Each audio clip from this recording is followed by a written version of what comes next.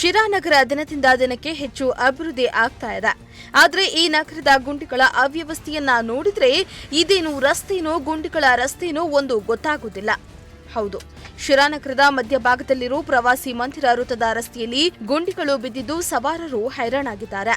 ಇನ್ನು ಈ ರಸ್ತೆ 3 ರಸ್ತೆಗಳನ್ನ ಸಂಧಿಸುವ ವೃತ್ತವಾಗಿದ್ದು ಸರಿಯಾದ ನಿರ್ವಹಣೆ ಇಲ್ಲದ ಕಾರಣ ವಾಹನ ದಾಟನೆ ಉಂಟಾಗಿ ಸವಾರರು ಗೊಂದಲಕ್ಕೆ ಒಳಗಾಗ್ತಿದ್ದಾರೆ.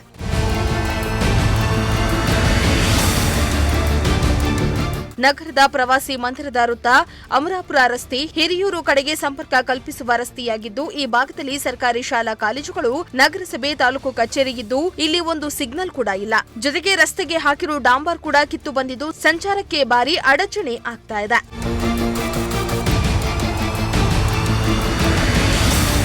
ಈ ರಸ್ತೆಯ ಬದಿಯಲ್ಲಿಯೇ ಪ್ರಯಾಣಿಕರನ್ನ ಇಳಿಸಿ ಹತ್ತಿಸಿಕೊಳ್ತಿದ್ದಾರೆ. ಇದು ವೃತ್ತಕ್ಕೆ ಹೊಂದಿಕೊಂಡೇ ಇರೋದ್ರಿಂದ ಬಸ್ಗಳು ನಿಂತಾಗ ಹಿಂದಿನಿಂದ ಬರುವ ವಾಹನಗಳು ನಿಲ್ಬೇಕಾ ಅಥವಾ ಬಲಭಾಗದಿಂದ ಓವರ್ಟೇಕ್ ಮಾಡಬೇಕಾಗತ್ತೆ. ವೃತ್ತಕ್ಕೆ ಸ್ವಲ್ಪ ದೂರದಲ್ಲಿ ಬ್ಯಾಂಕ್, ಎಟಿಎಂ ಸಮೀಪದಲ್ಲೂ ಬಸ್ ಹತ್ತುವ ಮತ್ತು ಇಳಿಯುವ ಜನರು ಇರ್ತಾರೆ.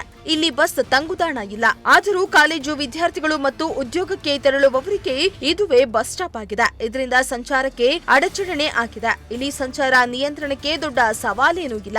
ಸರಿಯಾಗಿ ನಿರ್ವಹಣೆ ಮಾಡಿದ್ರೆ ಎಲ್ಲವೂ ಸರಿ ಹೋಗುತ್ತೆ. ಶ್ರೀಮಂತ ಪ್ರಜಾಶಕ್ತಿ ಟಿವಿ, ಶಿರಾ.